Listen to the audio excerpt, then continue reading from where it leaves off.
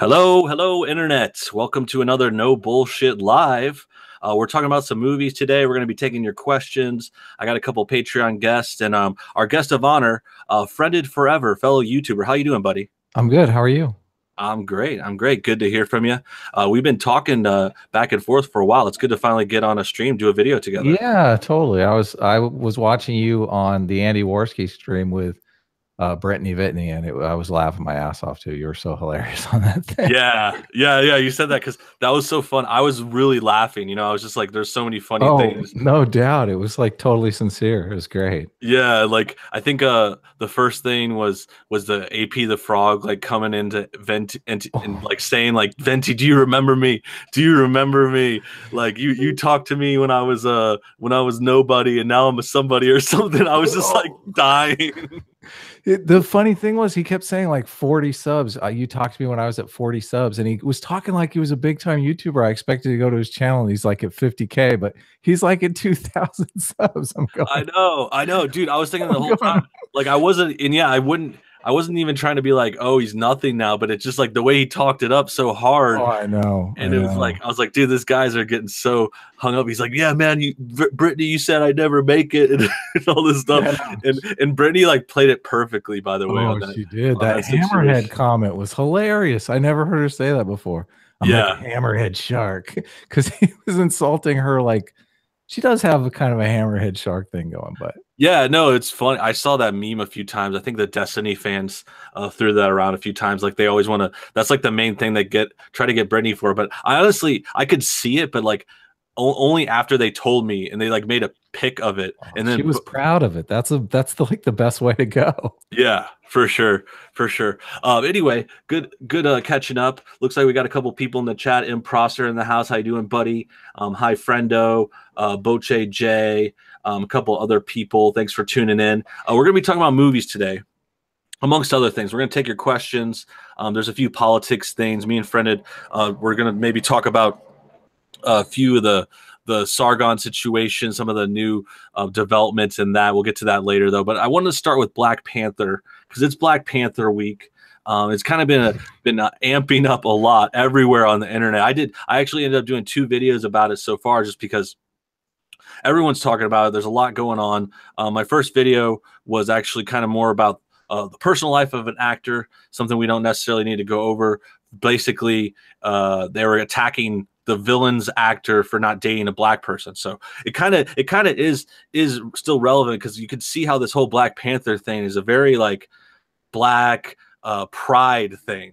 It's like a It is. very pro black, and then now that I think of it, the one thing, and we can go off of this tweet. I'll see what you're thinking about it, friended, because there was a post that a few people shared on BuzzFeed, and it was like BuzzFeed was talking about the Black Panther movie, and it's like finally a black movie for black people in a black country, like supporting black sticking together, and everyone's like, that's basically like white supremacy but black supremacy. Like if you said that with white people, it would be Oh my totally God. offensive. Yeah. You'd be booed off the stage, that's for sure. Yeah, it was just insane. And I mean, I think it's fine. Like I think the main thing is the hypocrisy of it, of the like, oh, we're so excited to have this black movie and it's in a black country, a fictional black country that's all uh just like rich and hidden in Africa. Literally hidden, by the way. Like it's like Mhm. literally in the story. No, not to do spoilers, but I saw a few of the trailers. You might not know this part, but yeah, it's just like that kind of stuff. So let me hear your thoughts about it initially, friended. Just in general, Black Panther, all the hype. What are your thoughts first? Well, you said it was Black Panther week. I'm under the impression it's Black Panther month, Yeah, technically, because this is Black History Month, right? yeah, that's true. I was curious if they were timing it with Black History Month to kind of have a little tie in there, which I thought Honestly, is now that you say it, it interesting. has to be. It has to be. I didn't even think It's of so that. weird. It's so weird. Yeah. The I've read some stuff on this, and I really the thing that I it's I they really can't win if they're trying to make it a movie about activism, because movies are about escapism, especially the Marvel movies. Like Mhm. lately they've been bringing politics into all kinds of sci-fi movies, and I think it's to the point where it's like hitting you over the head with it, which I don't think I don't think audiences respond to it. It'll be super curious. I'm super curious to see like this if it causes more division. I mean, I don't know. There's the parallel of the Ghostbusters thing, right? Where they tried to make Ghostbusters political with a feminist and an anti-feminist slant. But I don't know that the feminists stepped up to defend Ghostbusters in the way that blacks might step up to defend this movie. Yeah, it seems similar. That's a good comparison. Different kinds of politics, different like angles, but I definitely see it, and I think that's what came up in part of my video today, which was responding to like the first bad review of Black Panther, and it was talking about how, you know, they did get a little political in the movie, and it was lacking some of the Marvel stuff, some of the action, and maybe even in my predictions, and possibly, I mean, I want the movie to do well. I still think it looks good, but with all this hype and this political stuff around it, I could see another Ghostbusters kind of situation where, yeah, it's still good. And I, honestly, like, go back to Ghostbusters. I've said this before, like, Ghostbusters wasn't the worst movie in the world. The Ghostbusters 2016. I had a few laughs. Like, I actually watched it, and you know, I still laughed. I like some of those actors, but it was bogged down by that politics. Yeah, I never even watched it. I'm wondering, like this, they're talking about this movie like the Blade trilogy never took place though. Like they've never had a black lead before in a movie. Like Blade came out and it wasn't any kind of big deal. It wasn't like a big political thing. Mm-hmm. Yeah, yeah. Well, that's another thing too. Is a lot of people have acted like this is like the first black superhero movie. Yeah, exactly. Which is just far from the truth. I mean, we could go through a bunch of them. You said Blade, of course. That's like, I think, the first one, and Blade is significant too because it's also like the first black Marvel movie, black superhero Marvel movie, because it's, yeah, I didn't know it was Marvel. Yeah, it's a comic book as well. I think the main difference there was, yeah, like you said, it wasn't hyped up as a black thing. It wasn't a political thing. And then on top of that, there's another angle I heard mentioned is like how it's rated R. Like Blade was like a rated R, like adult movie. So I don't know. I think it was still very successful. There's like 3 of them, but it wasn't like this kind of blockbuster. Black Panther, like all these other Marvel movies, are like PG, you know, like aimed at like just pretty much everyone. Yeah, so much of. And this is a problem in all aspects of kind of art and creative endeavor. I mean, you see this in the comic book realm as well, where we're slowly gravitating towards an area where art is no longer judged on its own merit, you know, as its ability to entertain. It's being judged on this level of like how much activism it puts into the world, which I think is just it totally negates the whole idea of, you know, enjoying a book or enjoying a comic book or enjoying a video game or any kind of just media for the sake of the enjoyment of it itself.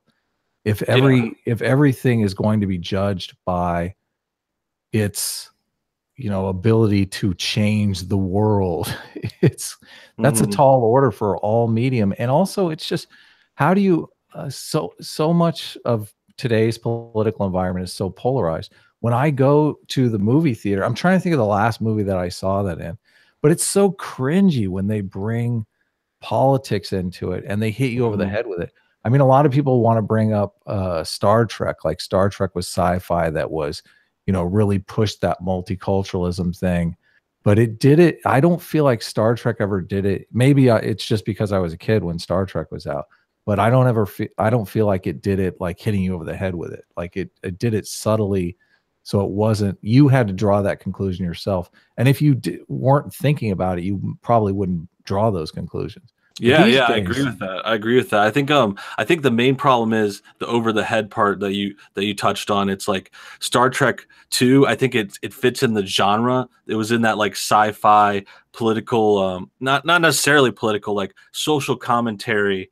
Yeah, exactly. Kind of thing where, as in these other kind of genres, it might not fit, or it might need to fit differently, because the other movies we talked about are totally different. Back to the like Ghostbusters example. Ghostbusters supposed to be a sequel to like a goofball kind of comedy, you know, and the way they did it with feminism, they tried to put this politics in there, and it just, you know, it just didn't work. It didn't, at least the way they did it didn't work. And then we go back to Black Panther, which is kind of still to be determined. We might be, you know, predicting or guessing, maybe because of the hype and stuff. But hopefully it doesn't do too much politics in there. I have a feeling it might. Yeah, but, me too. I'm worried. I have a feeling it might, which is what worries me too, because I'm a big Marvel fan. Let me go ahead and I'll get back to that real quick. Shane's joining us in the room too. Do you have any comments on Black Panther while you're over here?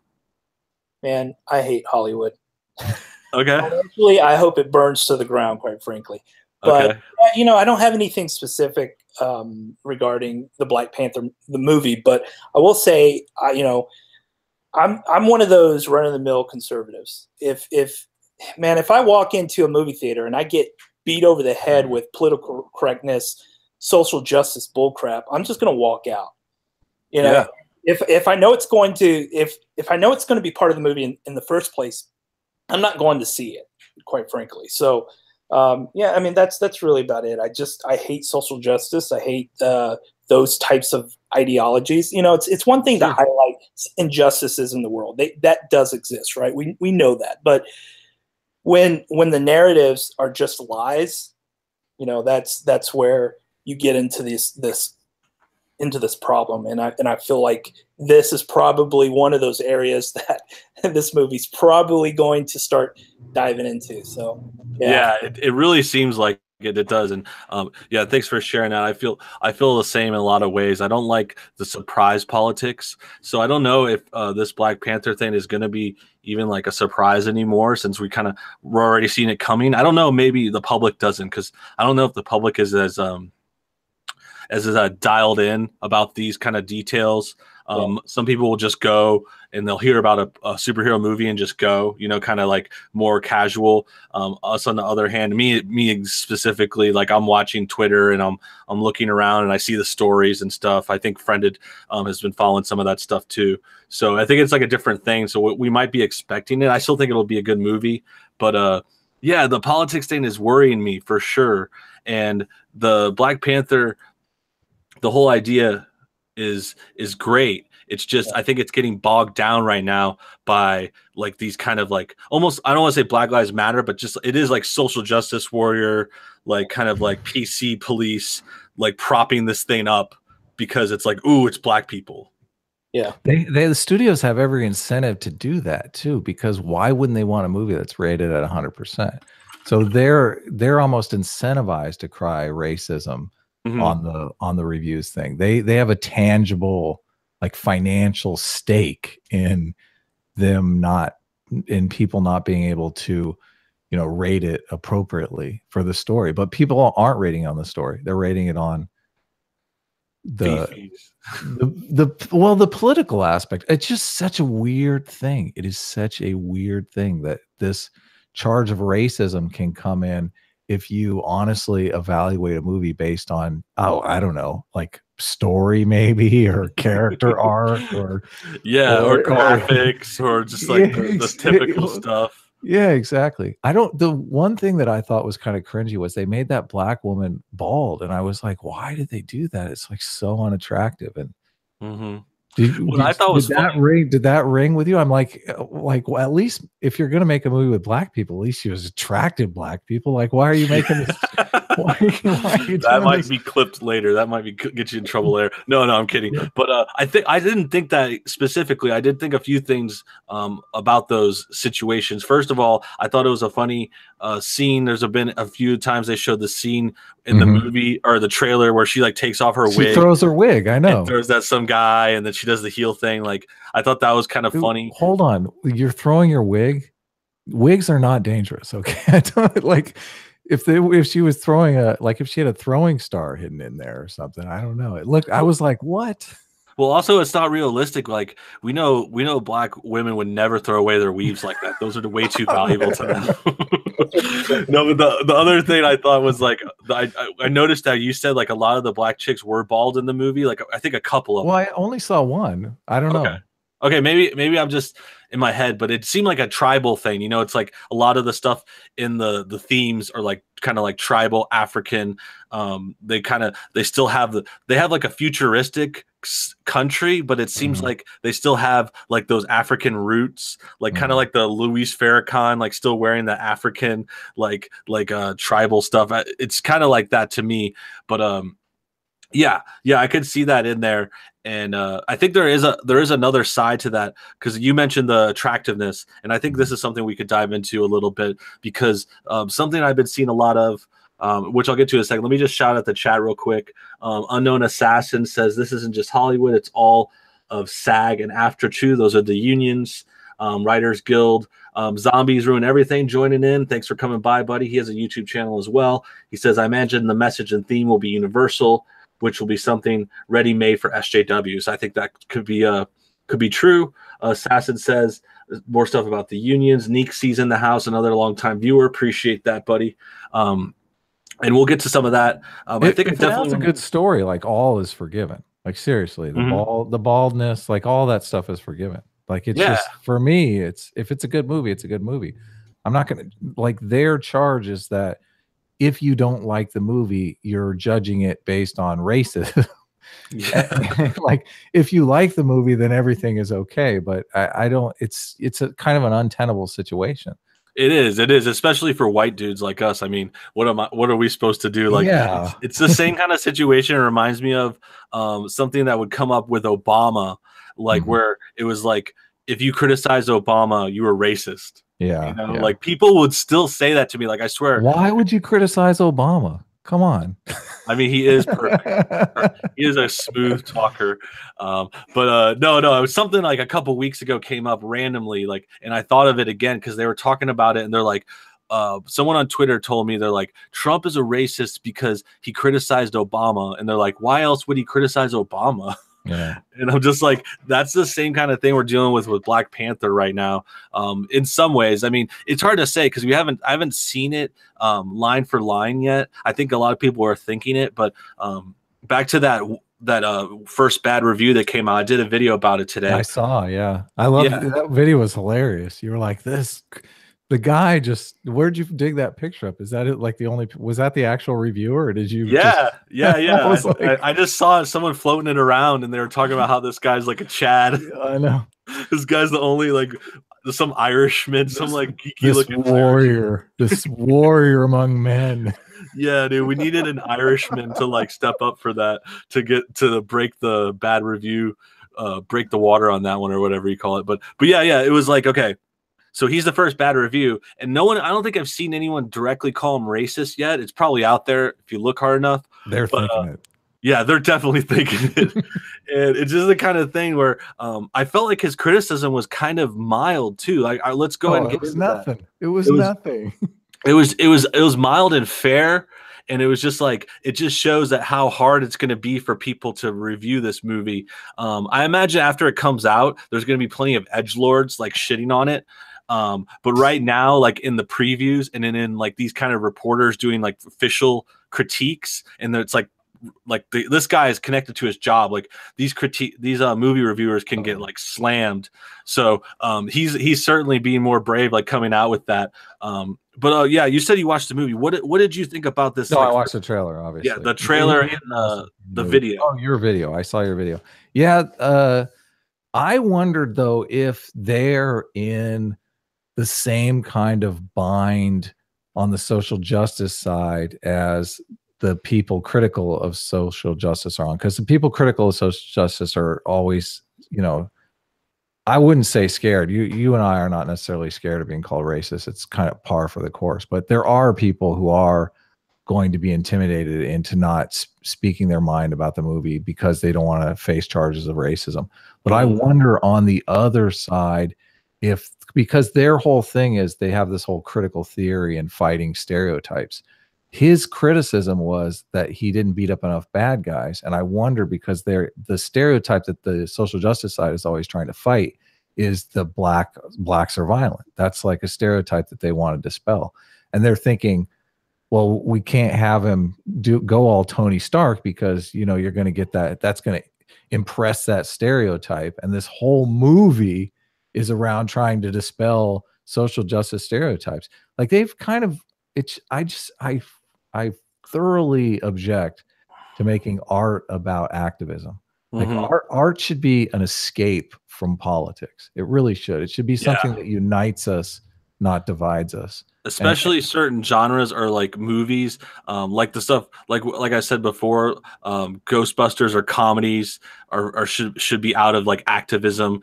This kind of comic book movie and action, and in general, like the more so even specifically like the Marvel genre, which is kind of lighthearted action.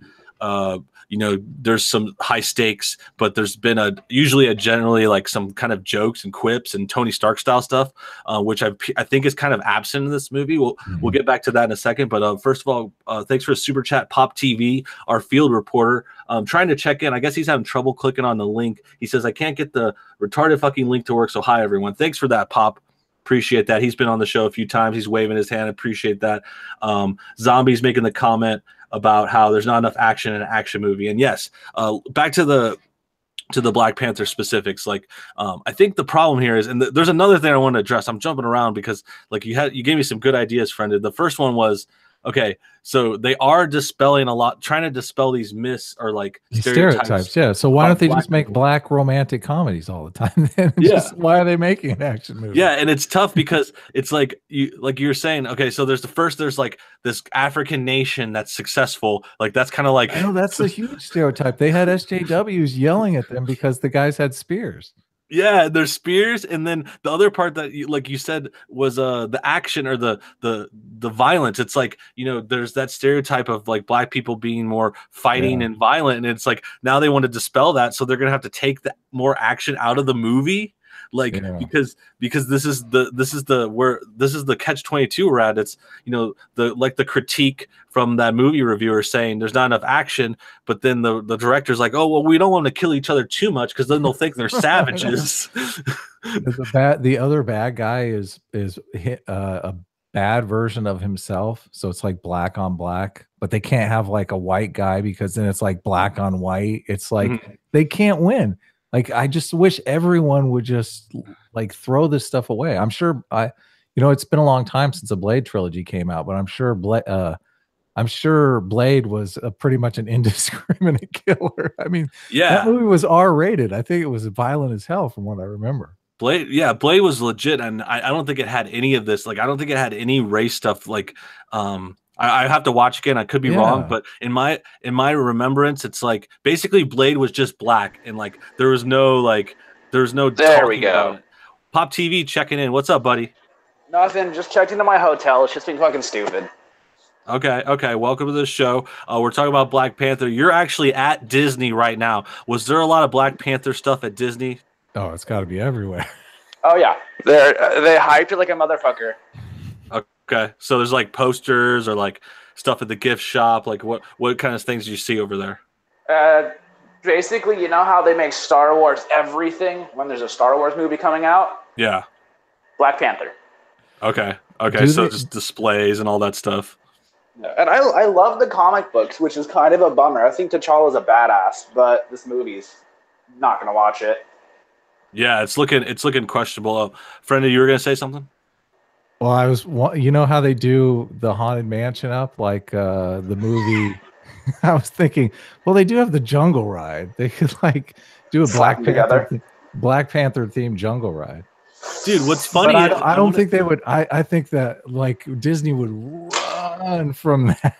No, dude, that's what I'm saying. There's this weird catch-22 here. I actually can't do any good promotion. I know. It's like it's so weird. I didn't get to this point yet. In my thoughts, I was more thinking about other topics of it. But yeah, it's like, okay, they want to seem progressive and they want to make Black Panther like not, but then at the same time they're in Africa, they have spears, they're like there's like one fight scene I saw some previews with like the African shields, and then the villains got like all those like burn tattoos on them. Like it's kind of like, I don't know. You know funny. You know who really hates this is black conservatives. Because a lot of black conservatives don't even like to be called African American. They're like, I'm not African. I've never been to Africa. I have nothing in common with Africans. I'm American. So I shudder at what they actually think of this movie. Yeah, it's weird because I know other countries call like their Black Britain, it's Black British, not African British or some shit like that. Yeah, it's this politically correct thing. A lot of Black conservatives actually hate Jesse Jackson because I think Jesse Jackson was the one that pushed the African American term. So. Yeah, and that seems like nowadays almost dated. Like African American, I know it's still used a lot, but I avoid it. Like I would just say Black people or Black American. I try to too. Yeah. Like I mean, I wouldn't say I really avoid it. I just think it's like kind of weird to say, like how you were saying, like they're not African, they're Americans. And it's like the same kind of thing with it reminds me of just there's other races that'll say like they're Palestinian American, or they'll say Israeli American, or wherever it's from. Like there's a lot of people that'll have that like preface, and I think that's just like, go ahead, Pop. What are we supposed to say? Oh, we're white Americans. No, the fuck. We're Nazi Americans. I'm American. That's what I say. I'm a California American. Yeah. We're all Californians here, except for I guess Shane maybe. I'm down. So go ahead, Shane. I'm a Texan, so I'm down here in the South. But okay. All right, Shane. I have a question. Since you know barbecue, how do you feel about tri-tip? I have no feelings about it at all. Why?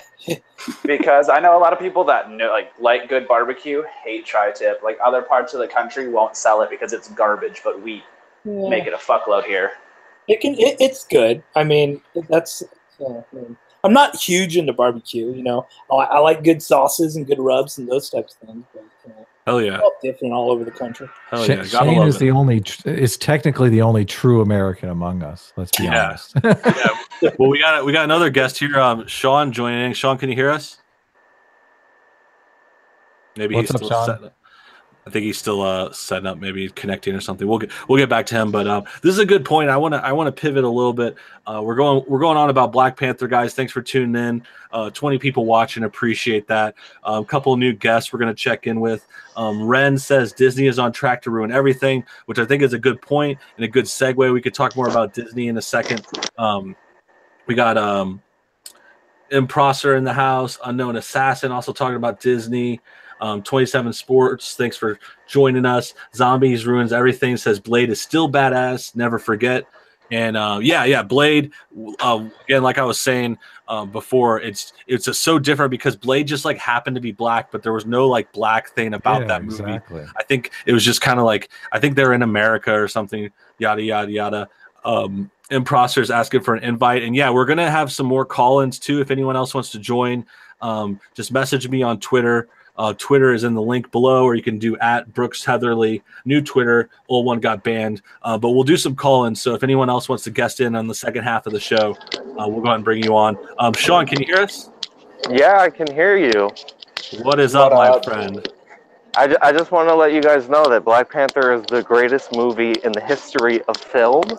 Okay. And if you disagree with that, then you're all racist. Oh, I God. wonder how they would feel if you put it up against 7 Years a Slave or whatever the fuck it was called. Oh my God! Which one? That's 12 Years a Slave, but that's not real black people. Black people are kings. I don't know if you've heard this. They was kings. and Gazi Kodo almost endorsed this movie, so that means it's the greatest movie in the history of all of America ever. That's terrifying. Sean, are you streaming from inside a paper bag? No, I'm walking on the street. I'm going to pick up my food. You picked a terrible time for me to stream. This is my quick Is pop-in. there paper clips inside that paper bag? Yeah, no, I just hear some clicking. I'm just joking. We got another one joining in. Eric in the house. Can you hear us, Eric? How you doing? Okay, maybe he's still setting up his microphone. Talking about Black Panther. I think in the future, after Black Panther comes out, it is going to be like Sean said. You're going to have you could say what your favorite movie is or the best movie of all time, but you're going to have to say after Black Panther. So you're going to say no. You're going to say my favorite, especially movie. if there's a black lead. Yeah, you got to say. Shit. What's Spawn up? Spawn had a black guy. Oh yeah. There's tons of other ones too. Like Spawn is a great movie. Yeah, there's some other smaller ones like Blank Man was a superhero movie I used to love as a kid.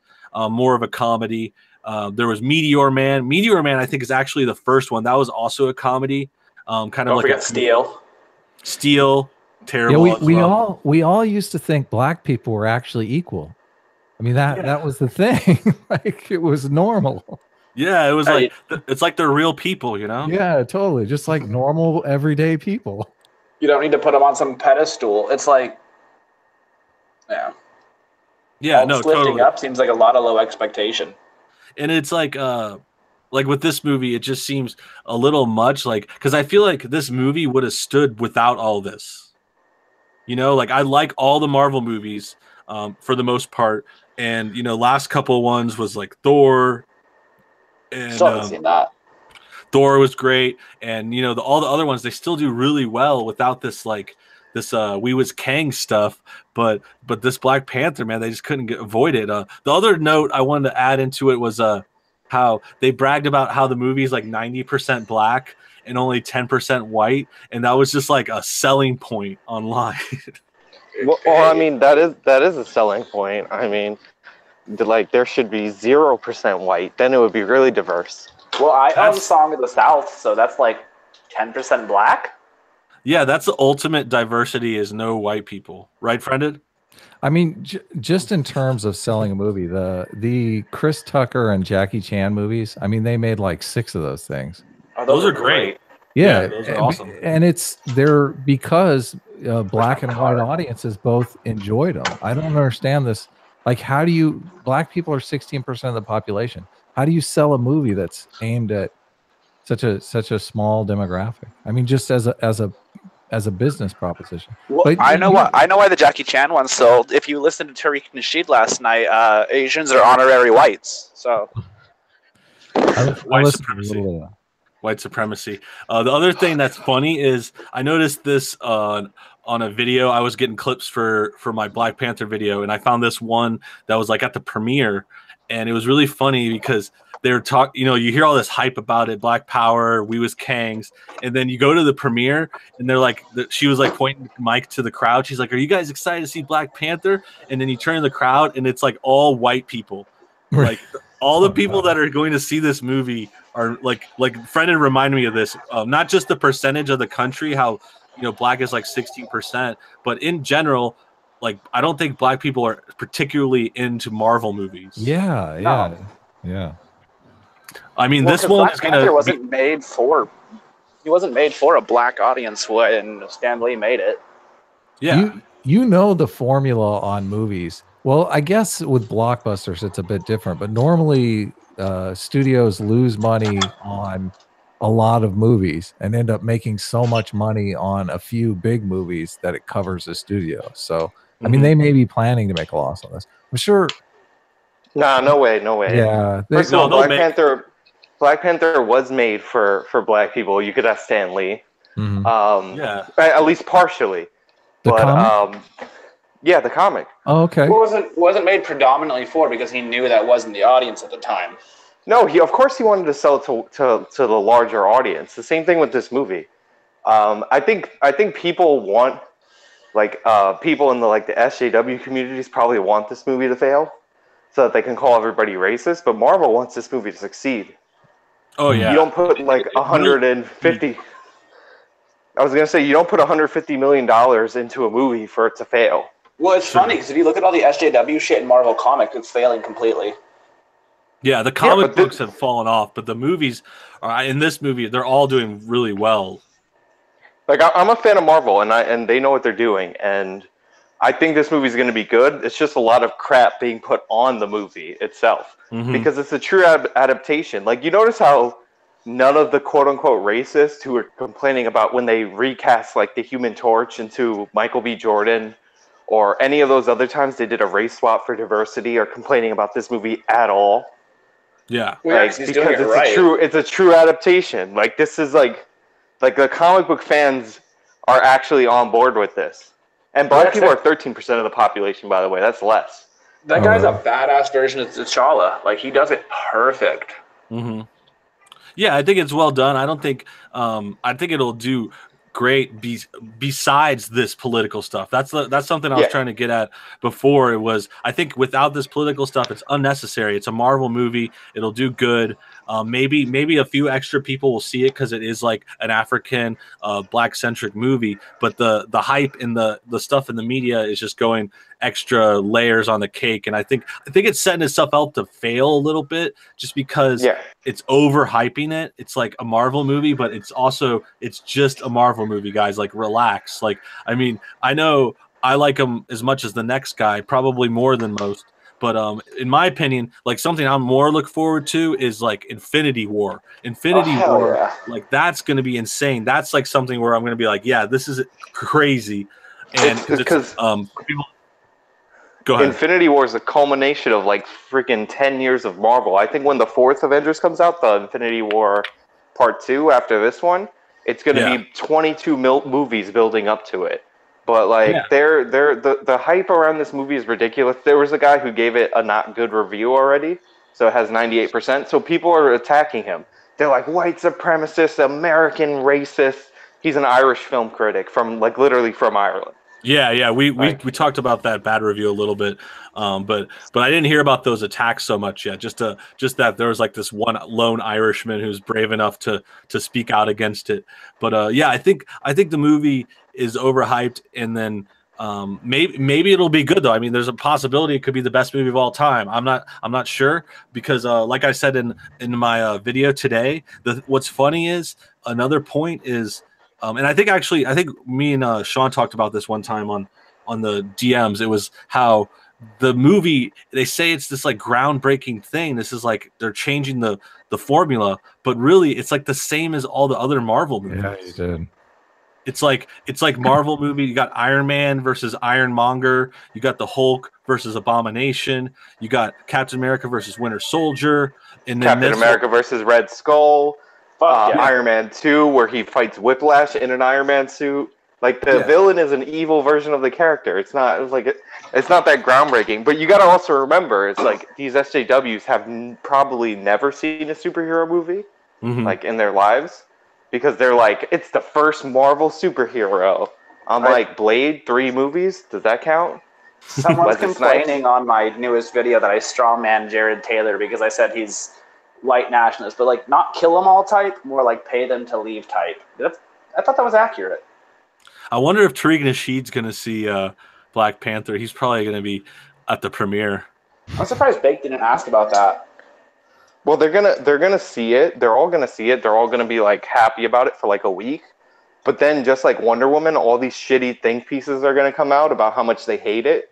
So they're gonna turn on the movie because it's not gonna be black enough. Because like the white guy from Civil War at the end of Civil War who's talking to Baron Zemo is in the movie, and they're gonna be like, why was this guy there? Boo! It's never enough. It's like they have. I think you're talking about Andy Serkis. Andy Serkis is the white guy in the movie, and then Martin Freeman. No, are the not two Andy white guys. Serkis. Andy Serkis is he's the villain, right? But he's fine because he's a white guy from South Africa, so that makes sense. He should be the villain. But there's like a white guy that goes into Wakanda, and he's the guy that's talking to Baron Zemo at the end of Civil War when Zemo's like, it worked, and he's like, no, it didn't. You didn't defeat the Avengers, and he's like, they're fucking all broken apart. That was my goal. Yeah, I know what you're talking about. I think that's Martin Freeman, right? The Sherlock. He plays Holmes, I believe. Anyway, yeah, those two guys are the two white guys, and then the Black Panther. And I think I'm glad you brought up Wonder Woman because I think there might be a similar thing about this movie because the way I saw Wonder Woman 2 is similar to another one we brought up with Ghostbusters with the girls, but with Wonder Woman, it's even more similar to this movie because it's like another superhero movie. And with Wonder Woman last year, it was like, oh, it's the woman movie, it's feminism, it's like there's the Amazon women, all these women in the movie. It wasn't necessarily as like 90% women like this Black Panther situation, but I see a lot of similarities now that I thought of it again. And then what it reminds me of is about how when Wonder Woman came out, it was like the biggest, best movie ever. Everyone thought, oh, DC is back. You know, DC finally made a good movie. And I actually thought it was good too. I saw it. I saw it with my wife in the theater. We thought it was great. I don't know if I'd even say great. We just thought it was really good. You know, I didn't think it was the best, but it didn't age well. Let's say that. And that's where I was going. Yeah, I don't think it aged well because then I saw a few reviews later and I thought about watching it again, and it turns out it's kind of like not it's, at least to me. I mean, maybe you guys could comment. I don't know if you guys seen Wonder Woman, but it seemed like a lot of people were kind of clouded at the time. But Frenda didn't see it. Did anyone else see Wonder Woman? I avoided it like the plague. Okay. Well, I don't know why you avoided it. I saw Wonder Woman. I liked it, but Wonder Woman has like a 90%. It has like a 94% of Rotten Tomatoes. Some ridiculously high score that puts it higher than like far better Marvel movies. Wonder Woman's like a phase 1 Marvel movie. Like that's the level of quality, and the action in Wonder Woman is fucking awful. Yeah, like I think that's the main slow-mo. point. Yeah, that, and then the CG at the end. It's like overall, I'd say it's just overrated. It's like you were saying. I think Shane was trying to jump in. Did you see Wonder Woman, Shane? No, I was just saying I avoided it like the plague as well. Okay, yeah. I could see that same kind of thing too, because it had that whole social justice-y, pro-women kind of vibe. But again, I would say it's still a good movie. It's just overrated. And I have a feeling similar things are going to happen with this Black Panther situation where I don't expect it to be bad because I don't even know there's not many Marvel movies that have been bad, just kind of like mediocre maybe. But I think people are just going to say it's so good no matter what, especially like the social justice-y, like leftist kind of types that are going to be like, oh yeah, this is the best Black movie of all time. And it's going to take a while for people to like come around, like maybe a couple weeks or a month to be like, start giving the real honest reviews, which is kind of like what happened to me with Wonder Woman. Like I didn't really see the bad reviews until like a month later. Yeah. And then it swayed you. Go watch it. One thing, and then I got to take off. I had to go buy some records. Okay. What's up? Did you hear that there was a school that banned To Kill a Mockingbird and Huckleberry Finn because they're offensive? Yep. Damn. They tried to take the N word out of Huckleberry Finn, I think. That's which the I think point is just of To Kill a sacrilege. Mockingbird. The point of To Kill a Mockingbird is to make you uncomfortable. Yeah, no, I could believe it. I don't think that's cool. It's in this day and age, and nothing surprises me though, because these schools, like something we talked about, I think last week's show, is the social justice is like bleeding down from the universities down to high schools and middle schools. Yeah, it's gross. That's totally ironic too, because the whole idea behind the critical theory movement is that art should make you feel uncomfortable, that it should be about activism. So in moving art to this activist perspective, that's okay to make you uncomfortable. But if it's something that makes them uncomfortable, then ban it. Yeah. And it should be, these are the kind of things that are good learning tools, like to teach these uncomfortable situations, talk about race early on in kind of like applicable ways. I could think of the angles. I'm not too abreast on all these stories. I remember To Kill a Mockingbird and the court case and the fake, I think there's like a false rape thing in there. Yeah, Atticus Finch. Yeah, all that. And it's the kind of thing that kind of just teaches these lessons early, and now they're just trying to pull that away. Shane, were you going to say something? No, I don't know that. Oh, okay, sorry. Saw your mic coming off. Pop, you said, do you have to go? Is there any other points to that story, or? No, that's about it. I'm just going to take off. I've got to go do some stuff. Do some drugs? No. That's later. Sorry, that's what it sounded like. But have fun. Thanks for joining us, buddy. We'll see you next week. Yep. Catch you later. Later, dude. Okay, so Black Panther, I think we're maxing that thing out. We'll get, if there's any other final thoughts, feel free to jump in. I see the chat going on about a couple other things. We were talking about Wonder Woman. Someone mentioned Paddington 2, which also has 100% rating. Something I actually brought up in my video. And yeah, I think that's a different kind of movie. That's just like a kid's fun comedy movie. I think it's not that far out for it to be like 100. I don't know if any movie deserves 100%, but there's a 90% bear cast in that movie. Yeah, dude, that's a pro bear movie. We was Bear Kings.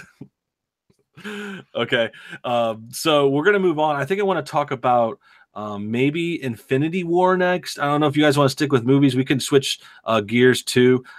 There's also some things to talk about with Venom. Someone mentioned in the chat Venom.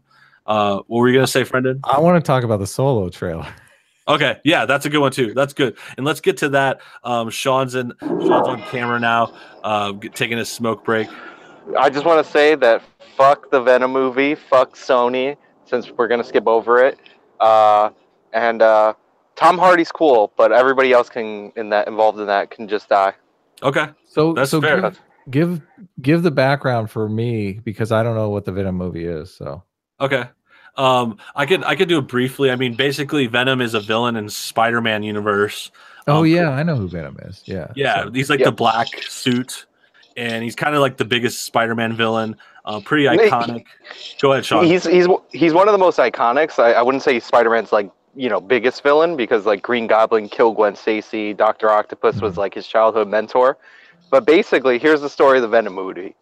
There's this greedy company named Sony that doesn't know how to make any fucking movies, and they made a deal with Marvel to help them with their Spider-Man movies. And immediately after making that deal, they went back on it, and they're making a Venom movie that has nothing to do with Spider-Man, that has nothing to do with Marvel. Really? And oh my God.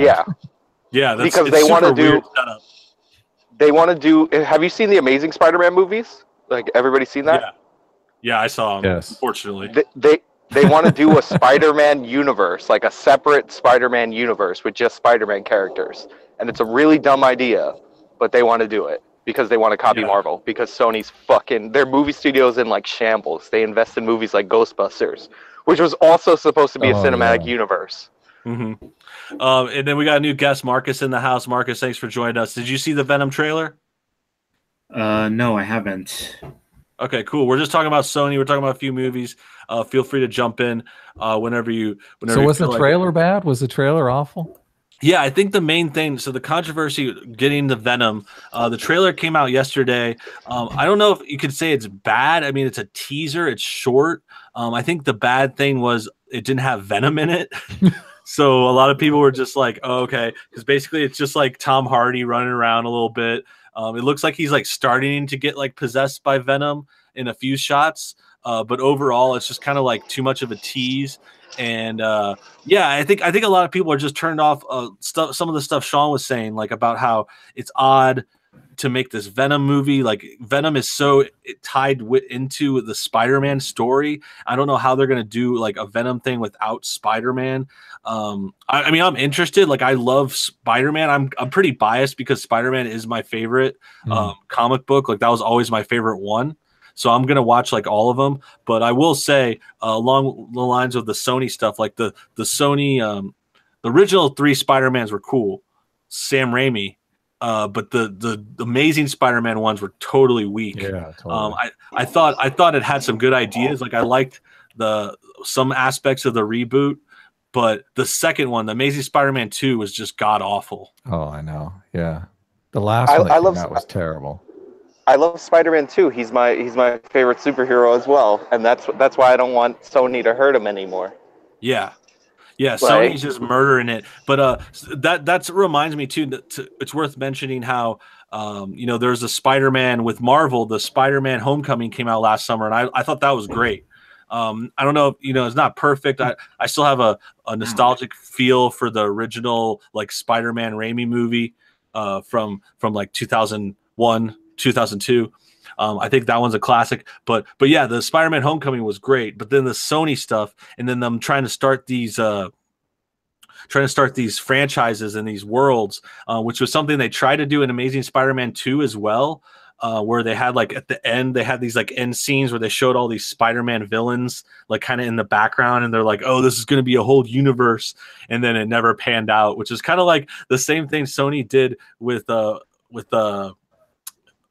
Ghostbusters. I think Ghostbusters was supposed to have like a whole universe too when they rebooted it. And then there's another one. I don't know if this is Sony, but who did the Mummy? Universal did the Mummy. For Sony, if you want to see the Ghostbusters universe thing, I would never recommend watching Ghostbusters the movie ever. But if you watch the beginning, the opening credits, they have Ghost Corps, which is like supposed to be their universe thing. It's like the Universal shared universe thing, which is also a failure. Everybody who tries to do a universe that's not named Marvel fucking fails miserably. Of course, of course. So I think that's the gist of the Venom stuff. I think Venom, the trailer was just kind of let down because there wasn't enough Venom. Some people have, I think a fair argument to say it's kind of like a catch-22 sometimes with these teasers where some people complain that there's not enough shown, or now we're complaining there's not enough in the teaser when before people were complaining the teasers and the trailers showed too much. So there's a fine line there that's kind of confusing. But I would say for this one it's a little upsetting because for Venom and for this I feel like there should at least have been one shot of Venom or something, you know. Well, I don't even care about the trailer itself. It's just like everything surrounding the movie just sounds fucking like awful and like a shameless cash grab. Like, you know, I would be more upset if they had Venom in the trailer and he looked really cool and I knew this movie was going to be a pile of dog shit. Like, because Venom's a great character when he's with Spider-Man, and they already didn't do him right with the Raimi trilogy.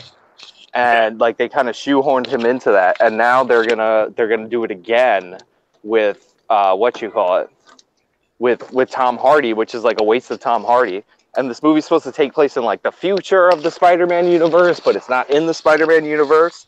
There's like a great video where Amy Pascal, who's the producer of Sony, is sitting next to Kevin Feige, the guy who runs the Marvel Cinematic Universe, and somebody asks her about the Venom movie, and you just see Kevin Feige's face, and he's like, "What the fuck are you doing, you dumb bitch?" Like, like what is she thinking? Yeah, like, just wait, do Venom right, because it's probably going to be Venom and Carnage, so we're going to see a bad interpretation of Carnage at the same time as Venom. Yeah, and he also looks. I was going to say he also looks like the Venom that's like he's Eddie Brock, but he looks like the Venom that's not Eddie Brock, where he's like a soldier first, because you saw all those like motorcycle riding scenes and all that shit.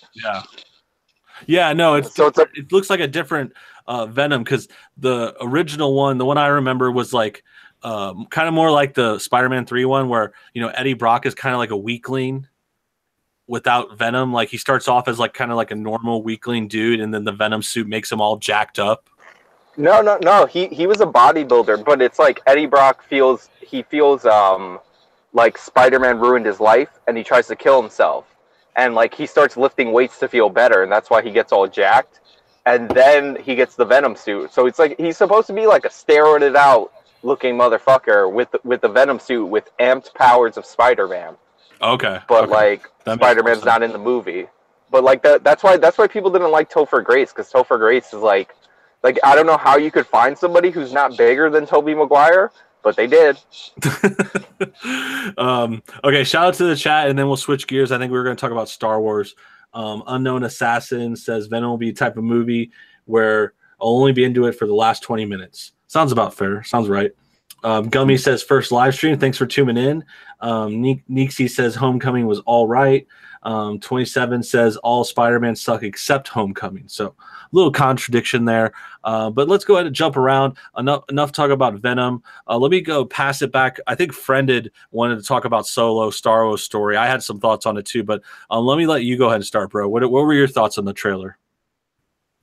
Well, I was just thinking of what we were talking about on Twitter, how Han Solo is not a politically correct figure now in the world that we live in. And like, I'm wondering if what of the old Han Solo will make it past the new feminist censors at the studio. Disney. Because, yeah. I was thinking that too. I remember. I was spacing on the studio. Yeah. No, I hear you, because I remember our more of our conversation, because I was saying, I think I responded. I was like, you know, we're never going to get that womanizing, like, totally flirtatious, like sexy Solo that we were supposed to get. Like that's how I pictured him. I think like that's how he's portrayed a lot in the original Star Wars movies. Yeah, they've done that character. They've pretty much stolen Han Solo for a lot of the Marvel movies. Tony Stark is like a Han Solo type character. The Guardians of the lead in Guardians of the Galaxy is the classic Han Solo archetype. But can they have that archetype in the actual Han Solo movie? I mean, I didn't see anything in the trailer that would lead me to believe that's the case. And I mean, I'm ashamed to admit it, but I haven't even seen the new Star Wars movie because it just sounds so bad, so awful in terms of writing and in terms of just this weird social justice world that we live in now, where the women are the men and the men are the women. Yeah. It's a theme. Crazy. It's a running theme, the politics and the social justice. Let me ask some other people. Marcus, did you see the Solo trailer? No, and to say something to Friended, that's his name, right? Yeah. What's up? Yeah, it's kind of like when you swapped out the saying, because I'm familiar with that saying where the men are men and the sheep are nervous. Yeah, I feel like it's been swapped at one point or another. Yeah, for sure. It's like we go back to those original movies. They're in the late 70s, 80s, and it was still cool. You still had Han Solo, or even just Harrison Ford. He did similar kind of things in Indiana Jones. He's like the smooth kind of guy back in the day. Blade Runner even, and then nowadays it's like you can get away with that if you're in a cool movie, if you're in a cooler movie. But as far as like the mainstream stuff goes, it's all gone social justice and full blown, just like feminists and politics. And this is another thing. Like, this is the reason I thought to connect this, because Disney's running the show now for not only Star Wars, but in some ways Marvel. So I don't know how much they had a hand in this political stuff. We were talking about Black Panther before. We don't have to get back into that too much, but just as a reference, it's like this is part of their overarching theme. Disney has these politics in their movies now. Luckily, I think Marvel just had such a head start before they were bought by Disney. They still have their own control, but it looks like Disney has taken the reins and kind of taken over Star Wars more.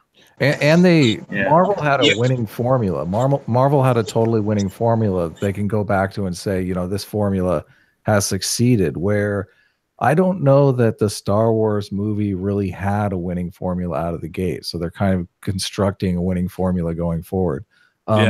Someone in the chat also said that Disney is ruining everything. And I'm wondering if Disney is kind of being forced to ruin everything, because they're like all of the high talent players in Hollywood are definitely in this social justice. It's almost a bubble. So, I mean, if they're pushing that kind of agenda into these movies, and that, their ultimate goal is to, mitigate stereotypes as priority one and entertain the audience as priority two. I don't know how you can win when you're forced to serve those two masters in every single movie. Yeah, it's kind of go ahead. There's another problem in movies that we don't talk about enough, and that's the Chinese market. Like, the Chinese market, like, as much as I hate social justice, I make videos about social justice, the Chinese film market fucking ruins our American movies. Like, that whole Mummy thing is built for a Chinese audience, because they're the second largest or the first largest film market in the nation, or in the world. So like they'll reshoot scenes, like they did this with Iron Man 3, where they'll reshoot the entire ending of the movie with famous Chinese actors helping Iron Man beat the villain in order to do it. Like Han Solo, because Chinese people don't like Star Wars, which is why Rose McGowan is in the movie, even though she's Vietnamese. And she's like the worst character, but she's there for like Asian exposure. Because Asian people don't like Star Wars, the Han Solo is actually going to be called Ranger Solo in China. Like it's like people don't realize that the Chinese market really fucks up these big movies. That's why they're like dumb. They feel like they're getting dumber, and because like it's easier to translate explosions over words. But like so like Marvel's fine, I think, in terms of social justice. Star Wars is like terrible in terms of it. And like the thing is that Princess Leia is arguably the archetype for a good female character, and like they like pay her no respect. They banned her bikini. They had the guy from Rogue One who was like, oh, he's like, this movie used to have princesses. They don't have girls that carry guns and talk back. I'm like, that's all Princess Leia's character. She was fucking shooting stormtroopers, doing all this like amazing shit. Like, there's a reason why people actually like Princess Leia is because she was a good character. She wasn't a social justice character. Yeah, she was sassy. Like she was you know, she was feminine and strong. And like I would say, you could even say she might have been like a feminist character because she's like a leader type, but she wasn't like ugly, over the top, like dramatic feminist. Like she still liked Han. She still would like, get laid. Like she wasn't like uptight too much. You know, it was like the perfect balance. Now that you say it. In regards to like Solo, man, this is I probably feel a little different than you guys do, but it was the first time I was actually excited about seeing a movie. Good. A long time. I mean, I just love the idea of going back and telling his story, his past, and getting into that. You know, Solo was such a badass. You know, he's had so much swag. I love the character, so I was actually really excited about seeing this movie. Yeah, that's cool. That's fair. And I felt some of the same way like leading up to it. I don't think this trailer was necessarily awful. I think it kind of had some of the failings that the Venom trailer had actually, because it was just like there's not really any Han Solo in it. He just like shows up at the end. But I think that's even better than the Venom one because you know you don't even see him. Go ahead, Sean. I was gonna say, what do you guys think? Since I don't know who said that because I'm driving, but what did you guys think? The guy who's excited about the Han Solo movie. Do you not feel like he's a cooler character because we don't know a lot about him? Yeah, I think that's probably true. Yeah, I mean, it's probably because there's still a lot of mystery around him. Because my thing is that if we figure out that Han Solo was like in the rebellion, or like we figure out that he was like this good guy before the original trilogy, it kind of craps on it. Like if this movie is about him getting screwed over and like why he was like that, you know, the kind of guy that would shoot somebody first in a bar. If we find out like why he's like that, I'm like, I guess that will be passable. But like I don't want too much information on him. It's like Boba Fett. Like Boba Fett's cooler when you know less about him. Yeah, that's fair too. I think I can see both sides. Like obviously, I think both characters, Han Solo and Boba Fett, people want that story still because they love them, and it's like if it's done well, and you can get that cool story. I think the main problem is they're just so highly regarded. It's hard to do it well. It's hard to please that because especially I think Boba Fett even more so because you know he's just kind of he barely has any lines. He has some good moments in the movies, but in the original trilogy, you know, he's just kind of like there. He looks cool. He assists Darth Vader, which is nice. But like once you get past that, it's like, okay, do we really want to see that he's Australian? Do we really want to see that he was like his sons and all the clones were him and stuff? I thought that was some cool stuff, and it led to Jango Fett, which I don't think was the worst character, but yeah. Yeah, they definitely oversaturated us with information about Boba Fett, like in the prequels, and like that kind of did ruin the character. The fact that he's not even a real guy, he's just a clone of the real guy that got killed by Sam Jackson.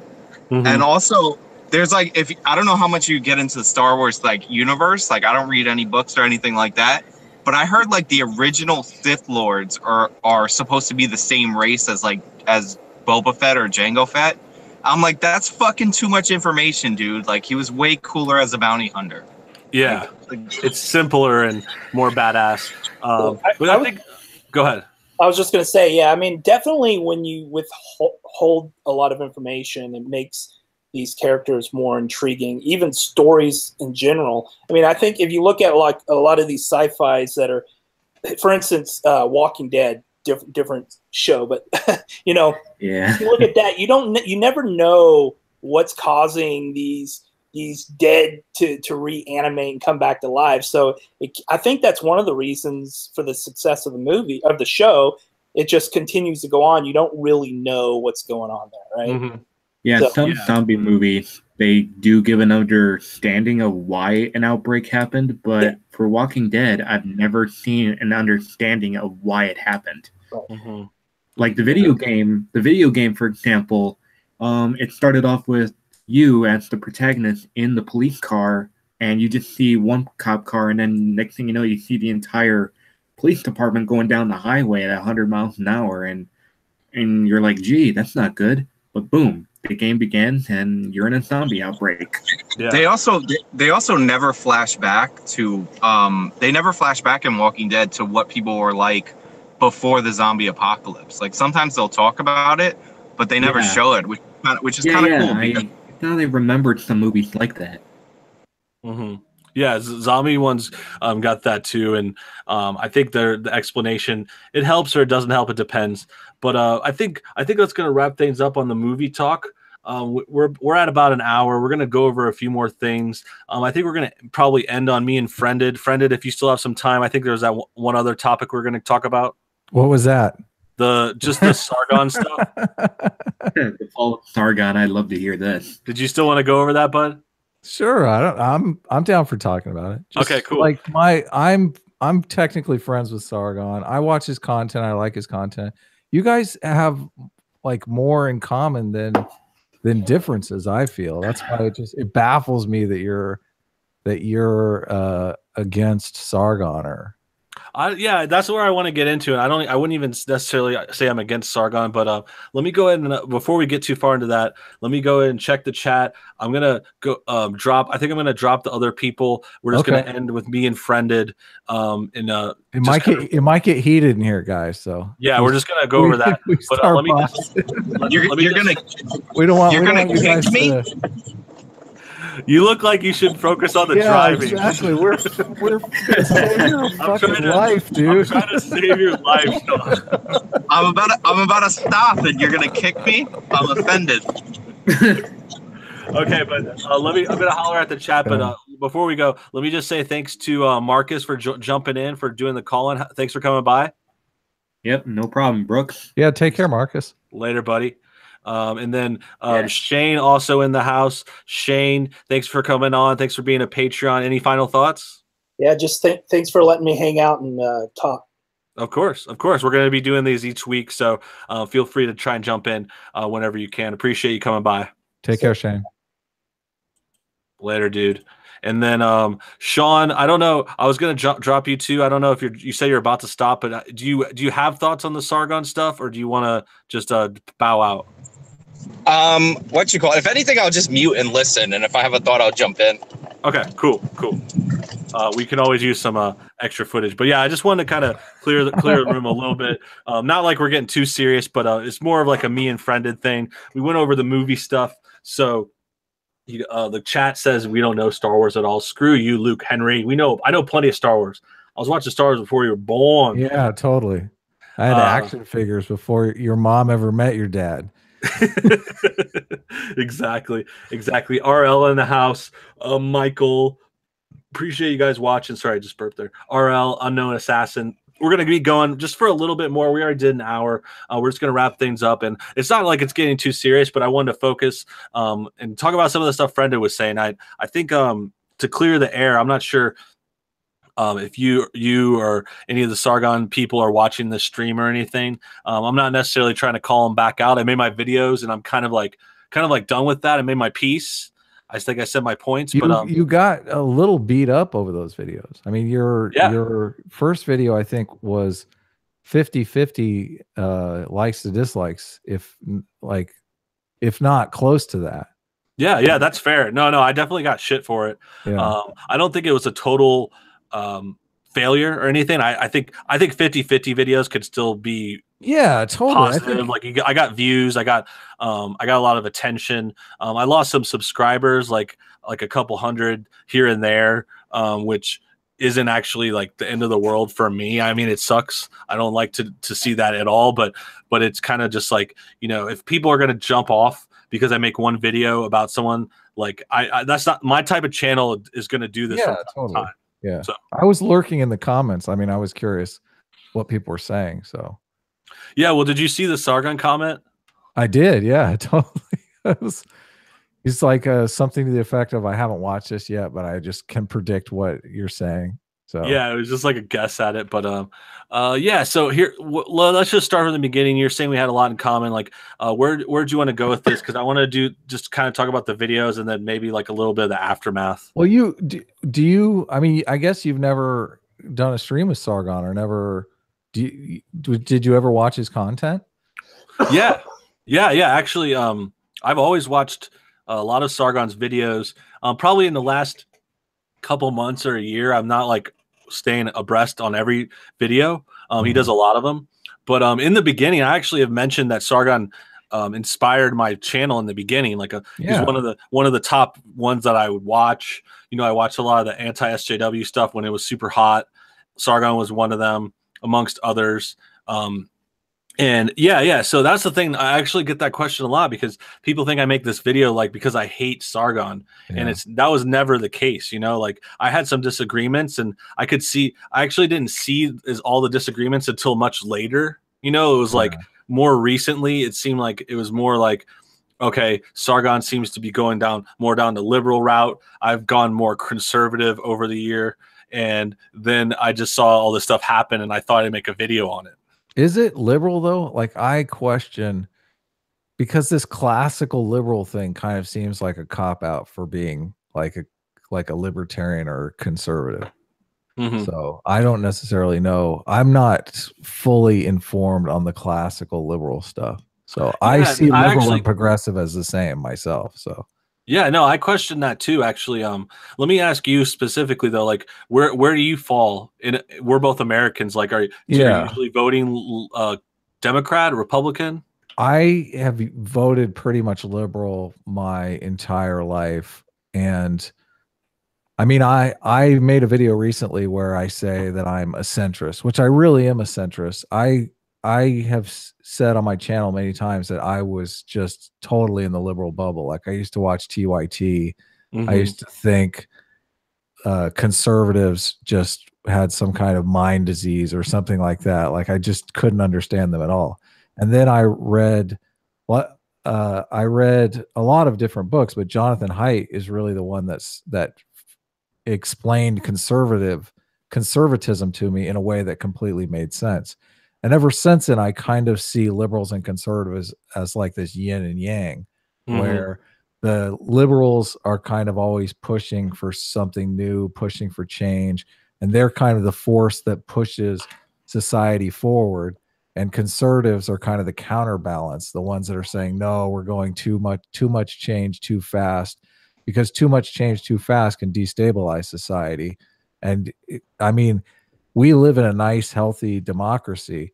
I mean, tumbling down the hole to authoritarianism or to like an oligarchy or a dictatorship is just, I mean, it's terrifying, but it happens in the world all the time. So I kind of see a need to have a healthy liberal party and a healthy conservative party. So I hear that. Yeah, I hear that. And I grew up thinking a lot of that too, specifically, you know, liberals are progressive, conservatives are traditional is how I would say. Exactly. Traditional, conservative and traditional, kind of like synonyms to me. And I agree with a lot of that. And I think that's a good point and a good thing to bring up because for both people, for you and Sargon and another person I'll mention in a minute, I didn't even know we're like left wing. Like we got along. Me and you, it's not for the record. Yeah, for the record, I don't not get along with the liberals all the time or anything like that. I'm not like, I'm an open guy. I talk to everyone. People think I'm an asshole sometimes because I talk shit in my videos. But if you actually talk to me or do streams, people know that like I'll talk to everyone. But what I'm getting to my credit though, most liberals are libtards. Like they don't understand conservatives at all. So I mean, I could speak your language. That's why you would never know that I was like leaning left. Yeah, and I think that's the same thing. And that's why it makes sense that you're friends with Sargon too, because I felt the same way about you and Sargon for a while. And then it was only in like the last couple months that it seemed like turned into this like liberal left-wing thing. I think a lot of it has to do with the liberalist stuff. Yeah. And it just kind of like came more polarized. But that's another thing. And the other person I wanted to mention who I had to talk about this, I did a stream with Rags on the Kumite like a couple weeks ago. Oh, okay, Yeah, and Rags, I know I think you were on a stream with him, and he did some of the liberalist streams. True. Yeah. Yeah. So I was talking to him about it. And I was just kind of like questioning it. I was just like, I mean, we actually get along too. Like Rags is, I think, in the same boat where we'd always gotten along. We did a few streams together, never talked as much, but at the same time, we didn't hate each other or anything. And that's what I found out when I actually questioned him. I was like, okay, you actually are basically like, he's basically like a Trump guy. He voted for Trump. He believed a lot of the Trump stuff. And I think he would probably, I don't know, I don't want to speak for Rags, but I don't know if he'd say he's a conservative, might say he's a liberal more. But yeah, it was just like, until I hammered it out, I was like, okay, so we're actually agreeing on a lot of stuff, which made me think when I had that conversation, which may be true with me and you, where if we talk about the liberalist stuff, it's mostly like conservative almost. It's like, it's not like it's liberal or Democrat in America. Brett, he doesn't like to be called Weinstein anymore because of the Harvey Weinstein bullshit. What is it? Weinstein? Brett Weinstein, the evolutionary Weinstein. That's it. He's an evolutionary biologist, right? Have you listened to any of his stuff? He's way on the left, but he's super reasonable. I think he's the one that was on Dave Rubin. Like, I think I saw a few of his things. Yeah. And he was also, I mean, he's done a podcast on Joe Rogan with Peterson. So how do you feel about Jordan Peterson? Do you have a dog in that fight, or are you just agnostic about it? I mean, I don't want to get too far into it, but I think he's just a little overrated. Too much bullshit for you? Yeah, too much bullshit I don't need a Canadian to tell me to make my bed. Okay. Well, that's totally reasonable. Yeah, I have problems with him, but this is why I consider myself a centrist too, is because I want the right answer. I want the truth. I want the truth that I want to know what the best policy prescription is. And sometimes conservatives are completely right. Like on the transgender stuff, like it just, what the left is doing with transgenderism just scares the hell out of me. The idea that your kid could come to you and be maybe being pressured at school to like think that they need to change their gender. Like talk about gaslighting. Like, kids are the easiest to gaslight in the world, man. If a couple kids at school decide to gaslight your kid, and the next thing you know, your kid comes home and thinks he's like non-binary, he needs to change his gender. Yeah. And I mean, it's like they're not even just gaslighting, but just influential. Like, you can influence them, and they're more apt to like jump onto trends. And what bigger trend is there now than being like gender non-conforming, gay, retard, sex, bisexual, no penis, whatever it is right now, Muslim.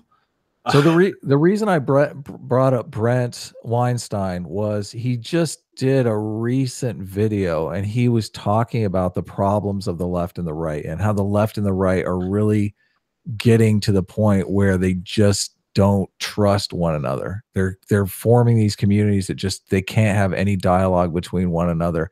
And it's getting bad. I mean, it's getting very tribalistic. People, they're going after people's jobs, stuff that just is not really good for a healthy democracy.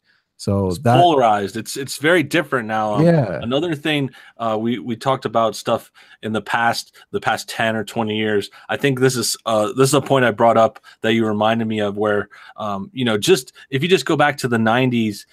Bill Clinton president era, like it wasn't as polarized back then. Like, I remember even during Bush, it was like the left and right sides would still talk to each other. They would still have like reasonable meetings in Congress or on TV or whatever it was. I mean, it was still cutthroat politics. But nowadays, like the point you were making, where it's like you can't even talk to each other. These guys are Nazis. These guys are communists. You're a pig fucker. Like, it's just like so goddamn polarized. So this is the one thing that interests me about the liberalist thing. And I mean, I haven't really come out and said I'm a liberalist, but Good call. Brett Weinstein in that video talks about how the left and the right are kind of breaking down, and we kind of need a new paradigm to step up, because I don't know that we can pull back from where we're going with liberal and conservative, or SJW and anti-SJW. And sometimes I wonder if what Sargon is trying to do with the liberalist thing is try to pull out like the best values that conservatism has to offer and the best values that liberalism has to offer, and kind of put them together. So yeah, I wish I knew how to pull out. I never learned. No, I'm just playing. That's hilarious. Yes. But no, I hear you, and I think I hear what you're saying, and it's like this idea of trying to. Do you have any? Is there any? Not to interrupt, but is there anything on the liberal side that you could say like I'm on board with? I mean, I'm just curious. I don't know. Like sometimes there is racism. I mean, I think we can agree there, right? Sure, I mean, sure. It's way overkill now, and teaching people that everyone is racist is just not a good idea. It's like, yeah, it's hard to say. It's hard because you want to be realistic and identify that. And I definitely agree. I never said there was no racism. Yeah, totally.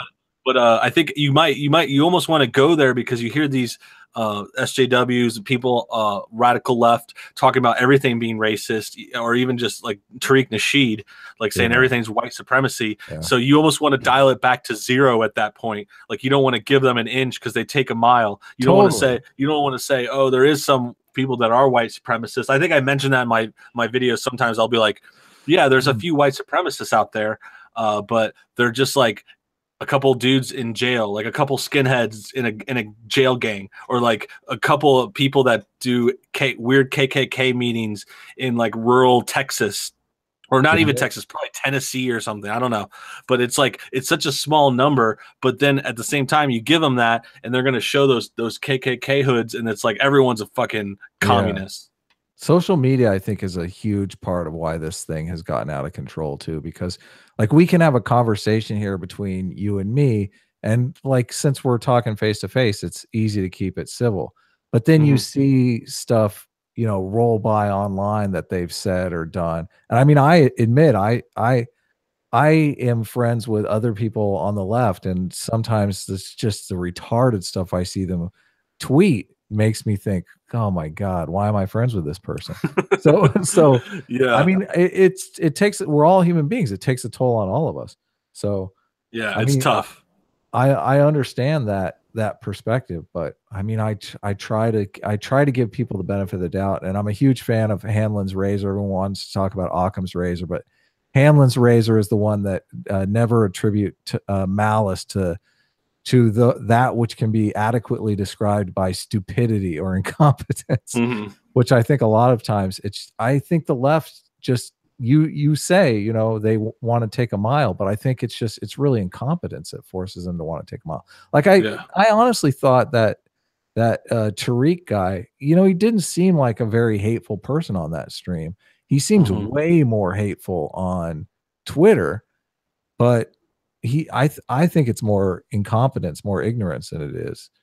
Yeah, I agree with that. I thought he was actually getting somewhere in that stream. Like, obviously he was not backing down. Like, he stood all his ground and put all his crazy points out there, but he seemed just kind of like nice. He smiled, he laughed a few times. I think a lot of people were thinking he might be trolling, like we're not being seriously. But then on Twitter, he gets these tweets, and it's just like, it's harder to tell the tone and everything on the Twitter, so you just kind of like take him so much more literally. But let's get back to the liberals thing, and specifically just the Sargon stuff to wrap things up, because you asked if I ever talked with him or streamed with him. I never met Sargon or anything. Other people have mentioned that because I did a couple of videos on him, and they're just kind of like, you should have talked to him first, like you should have streamed with him. I don't know him. I would talk to him. I'm not opposed to it. I think you actually proposed we do a stream, which I'm open to. I'm not against it. But at the same time, it's like I didn't think of messaging him because I don't just like message everyone like that I make a video about. If it's someone I know, maybe, or I might ask them some clarification. But that's as far as that goes. The last thing I'll say is though, so I think a lot of people disagreed with the Sargon and the fall of Sargon videos I did. Yeah, get into the details, because the details are important. Yeah, doxing is kind of up in the air. Like, there's no real rules on doxing. Right. And I think a lot of people have those different definitions, so it kind of just it gets muddled and people just want to discredit you for if you use the word doxing. It's like you're wrong. I think the main point is, and the way I try to walk it back and just say, okay, let's not call it doxing. Let's call it just, using private information or using people's background against them as opposed to like attacking their points in their videos. And we could get into all that. I don't know how far you want to go into the video specifically. What are you thinking? Well, no, I thought that you made valid points from your perspective. Definitely. Like it could be construed that Sargon was tricked into doxing or spreading the dox of Coach Red Pill. I'm not a fan of Coach Red Pill. You're, I think, closer friends with him than me. Like I think it could be seen either way. It's one of those things that people can get particularly partisan about, because the people who are fans of Sargon are going to take his side because it can be seen that way. And the people who are against Sargon or on your side are going to see it your way because it can be seen that way. I think it's actually a problem with the community. I don't know why someone I have like barely 6,000 subscribers, man. I'm not the guy to do this. Like someone needs to make a video on like, this is my opinion of what doxing is and take it or leave it and set some community standards. Like what you're saying, I totally agree with, but I'm not in a position of authority. So, I mean, if somebody came out and said, I mean, they wouldn't even have to trigger, because this community is so individualistic. Like if you would have to make the video right. You couldn't make the video, I think this is doxing and I think everyone should obey me. Like that would never fly. But you could make a video that said, this is what I think is doxing, and just to dispel any confusion that might be floating around. If you do any of these things to me, I will say that you're doxing me. Yeah, I think that's true. And I think especially with this term, it's just so there's so many different ways to go about it too. It's like, is doxing the name, the address, phone number? I think it is a good idea to maybe hammer that out. I don't know if it'll still work. I mean, it's an honorable idea, but I think people are just going to kind of still take it the way they want to take it. It reminds me similar of just kind of like racist, when people claim you're racist. Totally. Like, or they claim you're just a Nazi even too. It's like a doxer is like just like another attack where you can't prove it, like, because it's not like a cut and dry thing. Like you're a murderer or you're a thief or you're a whatever rapist. Like there's certain things that fill that category. It's very specific, but these things we're talking about, like especially with racist, I think I try to make my racist definition so clear. I've said it on videos so many times because I'm like constantly making videos defending accusations of racism. Doxing kind of needs that clarification too. But the only difference that I would say is that there is a long history of what Nazis are and what racists are. Yeah. And doxing, is doxing even in the dictionary yet? I mean, it's such a new thing that I'm wondering. Like, yeah, it's no, it's true. Both sides use. So I know, and I think I thought about that too, because I actually just I recently reviewed this episode of Law and Order. I think it was my video yesterday, and it had a doxing bit in it because they were talking about this stuff. Yeah. And it like it wasn't a main point, but it was just like at one point in the story, this suspect gets doxed, and they're like talking about it at the Law and Order offices, and they're just like, yeah, this guy got doxed on this website and blah blah blah. It just sounded like old people trying to sound hip, and like they're like, yeah, we know what doxing is. We're on Law and Order.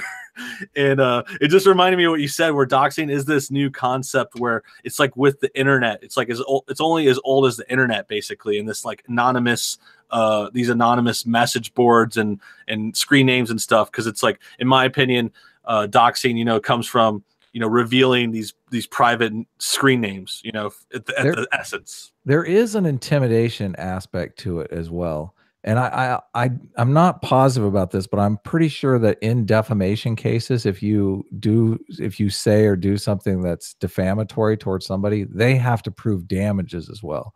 So if you doxed somebody and like nobody cared and nothing became of it, I mean, it would be difficult to prove damages in that case. So. It's like if you dox someone in the woods and no one sees it.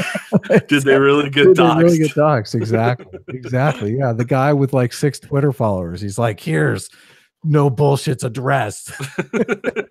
Dude, okay. honestly though, actually that reminds me of this is a good point about the situation when I don't want to go back into mine when my pictures came out and stuff, but it was actually kind of like this. I didn't use this analogy. Legitimately hilarious though. So, Yeah, I mean, I don't know. It cracked me up. I loved it.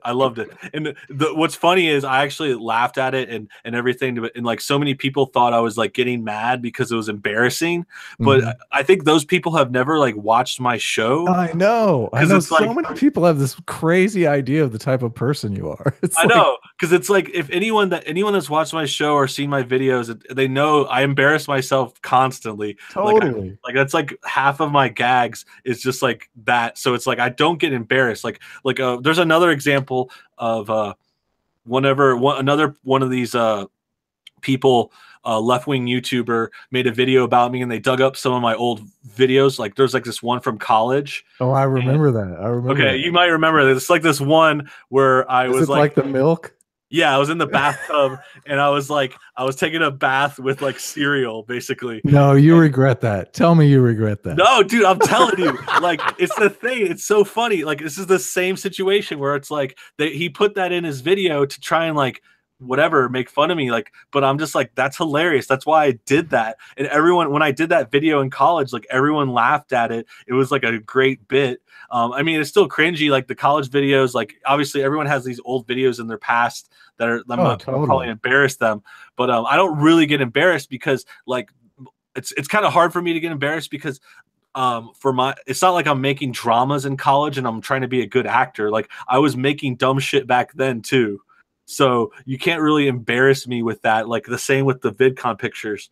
But the reason I brought that one up for me though, just to seal the deal on that, was because there was a one point those pictures came out at VidCon, but it was like a situation where the tree fell in the woods and no one saw it, so it was like not a big deal, right? But then other people signal boosted it.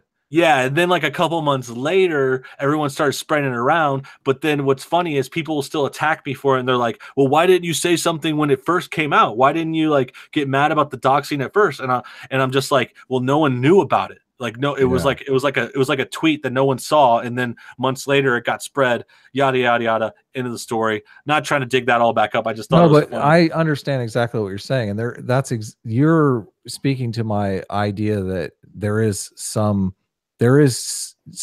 measure of damages that need to take place. The first time there was actually no damages at all, so it was pointless to say something about it. Well, the second time there was more damages because everyone was dogpiling on you. Yeah. And also there is the intent aspect of it, because a lot of people are sharing docs intending to bring hate to somebody.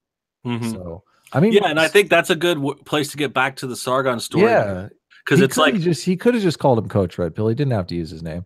The address though, Coach Red Pill has said that that's an address to his studio. Like that's not even his home address. So no, I think the comparison there is okay. So the first time, like people said, oh, Coach got doxxed before, but whatever, like his stuff was out before. It's similar to my situation because it's like, okay, it was out before, but it fell into empty woods. No one saw it. And then all of a sudden Sargon took a picture of that fall and posted it everywhere. So it's like, there's a point where spreading the dox is worse. You know, like a lot of people try to put that emphasis on like the initial doxing. It's like, oh, this is the point, and then anything after that is fair game. But I think the argument is kind of there's more to it than that. So I honestly believe, and I don't want to speak for Sargon here. This is my take of what I would have felt if I was in Sargon's situation. Like Coach Red Pill had actively tried to play him for a chump. So that would have pissed me off, and I might have done something I might have acted the same way, probably would have acted the same way, might have acted even more harsher, because I have had limited run-in with Coach Red Pill, and the stuff that was being shared around, just there's an unethical nature to it that I find detestable. So I'm tainted. Yeah, no, that's So, fair. And people, you have different relationships with different people. sure, Yeah. totally. I think that goes back to the stuff we were saying before, where regardless, it's like for me or coach or if someone else gets doxxed, it's like there's two sides. There's if you already hate me, it's like you're gonna say the doxing was your own fault. Yeah. And then if you're like a fan or like a friend, you're just going to say, oh, that's terrible. Why did that happen to someone that I like? It's like very biased, like kind of thing. Sometimes it's fair. Sometimes it's accurate. It just depends. But it's like, it's like a 50-50. So it's half the time you're going to be right. Right. Yeah. It's a trade-off. It's a trade-off. But yeah, I think that's good. I want to get through a little bit more of this. We're coming up on 2 hours though. So we're going to wrap it up. We're going to wrap it. Yeah, it went by fast. Good talk. But the last thing I want to add in, and this is just kind of like the new update. We went through some of the videos I made. But what do you think about the recent supposed meltdown Sargon had on the live stream? Did you see it? Did you think it was a meltdown? I'm glad you brought it up because it didn't seem like a meltdown at all to me. Like people are spinning it as a meltdown because it suits their narrative. But Sargon was using the alt-right logic against themselves. The alt-right is constantly saying that black people genetically have low IQ and are predisposed towards degeneracy and all this nonsense. Okay. And he was saying that I don't understand how you can say that that's how that black people are predisposed that way. And yet you come into a live chat and just are reeking of toxic degeneracy 24/7. So I understand what he meant. Obviously, it came out like in a way that people can spin it. I don't think he has any regrets about it. He uses the N-word all the time. Like we're in California. Like I think it might be like a year in prison or something. Yeah, I know. I'm definitely less likely to use it, and I'm not actually opposed. I've used it in videos and stuff. Like I'm like free speech, of course. Like I don't care really. It's a cultural thing. Yeah, it's a cultural thing, and then at the same time, it's just for me. I'm just like I'm not going to use it because I know it's just going to get this shit. You're going to get in trouble. Like I don't agree with that.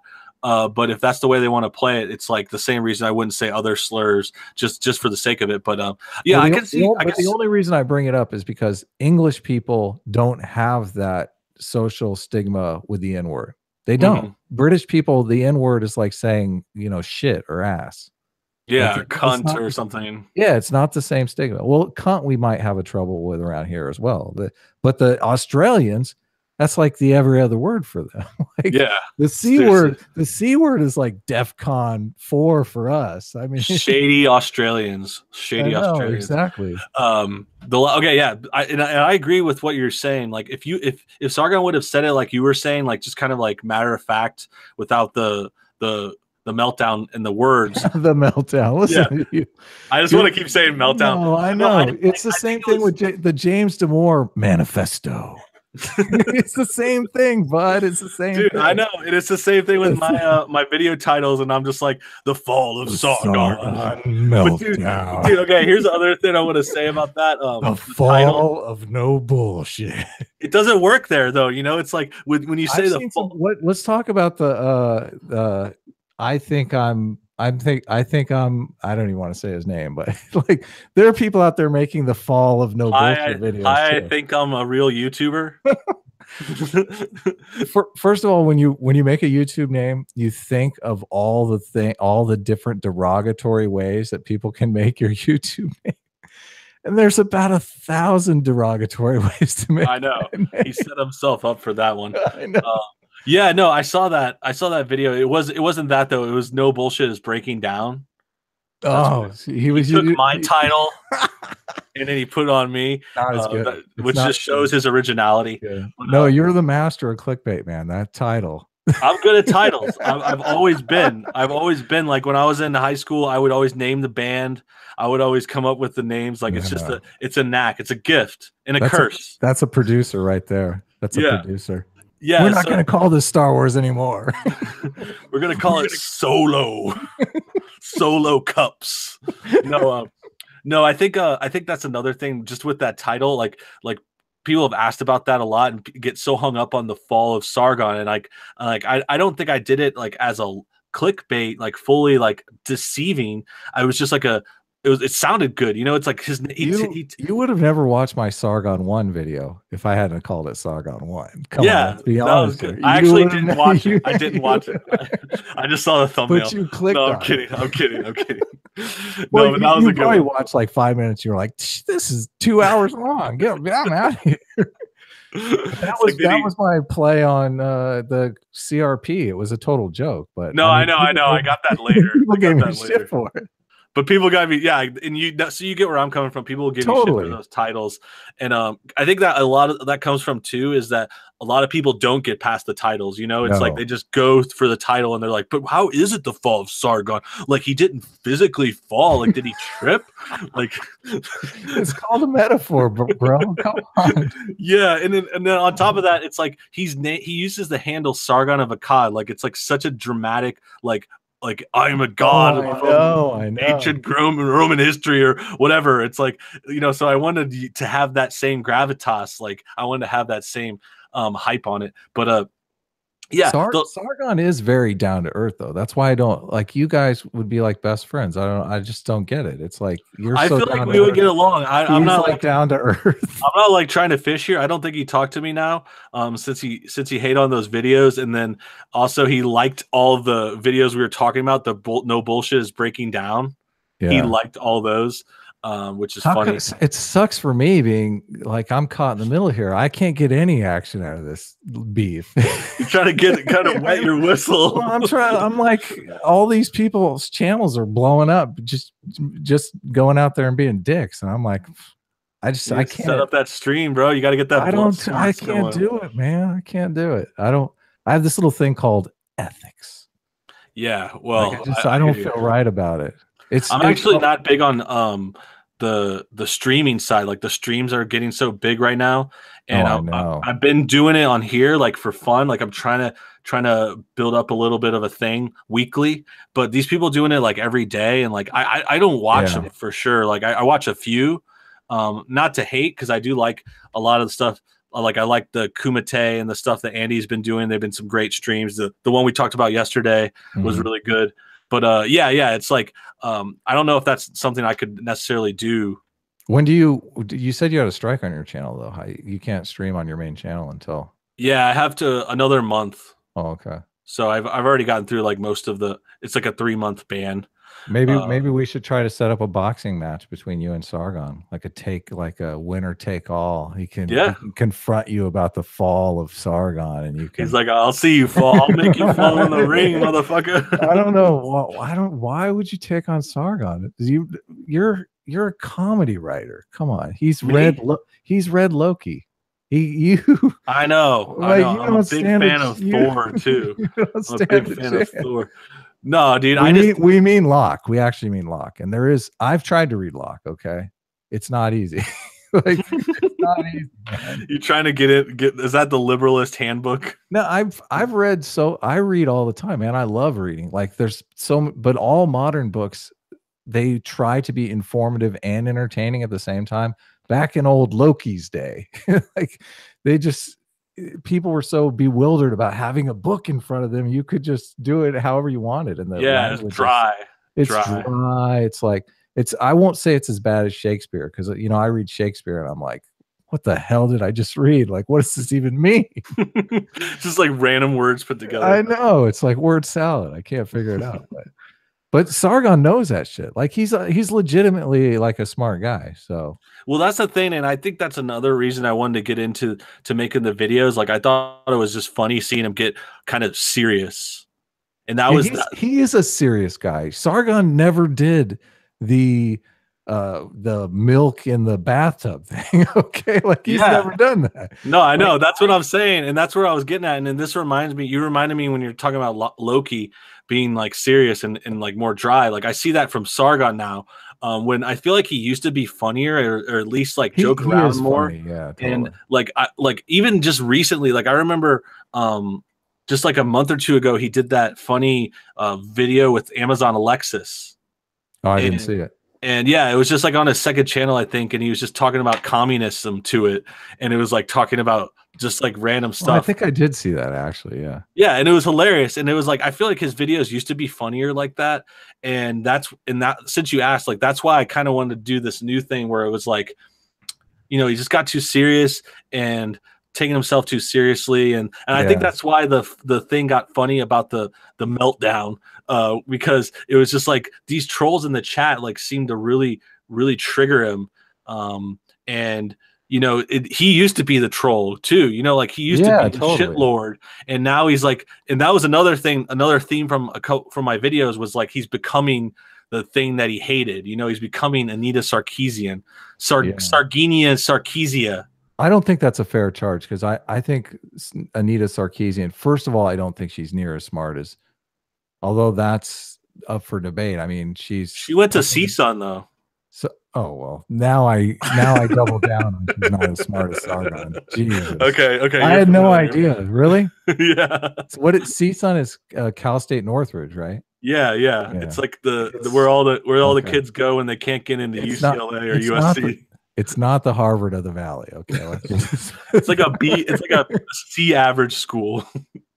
So I don't think she's that intelligent, and I don't think she has the ethical chops that Sargon has. Like I honestly, I mean, I look for that in people online because online, it's so easy for people to be detestable online. So when I see some kind of ethical core, I'm like a little bit, you know, taken back by that. And I haven't seen, aside from the Coach Red Pill thing that we're talking about, which I admit can be seen either way, it didn't seem unethical to me because it was like payback. It was like payback is fair play. So, but yeah. We're kind of drifting off. I don't know how much more I can say about Sargon. No, I think we're good. I just wanted to get those final thoughts out. Last call from the chat, Robert saying something about the end rants and Prosser still in the house. Thanks for coming by, buddy. RL Smack'em Yack'em says, I like the chroma green room. That's you, friended. Looking good over there. Looking good. Yeah, thanks. Everyone else? Hey, I want to plug my social justice detective too. Please. We were talking about the comedy thing, and you did the milk thing. Well, I dressed up like this goofy detective and like played all the parts in a short film. I don't play female roles. Okay, ContraPoints plays female roles, and we all know how that turned out. So I have my limitations. So. Okay, good to know. Yeah, definitely check out Friended. If you guys are watching, I'll put the link below, or you can search Friended Forever. Or Social Justice Detective is my short. So cool. Yeah, good stuff. Thanks for coming on. You're always welcome. Maybe we'll have you on another one next week. We're doing these every Friday, guys. Friday streams on No Bullshit 2. Thanks everyone for tuning in. New videos coming on Monday. It's been a great talk. Thanks again, Friended, for coming on. Sean, I don't know if you're still there. I think you might have froze, but I appreciate you coming on too, buddy. My loyal co-host. It's been a great show. Everybody have a great day. Have a good weekend. Good night. Take care, everyone.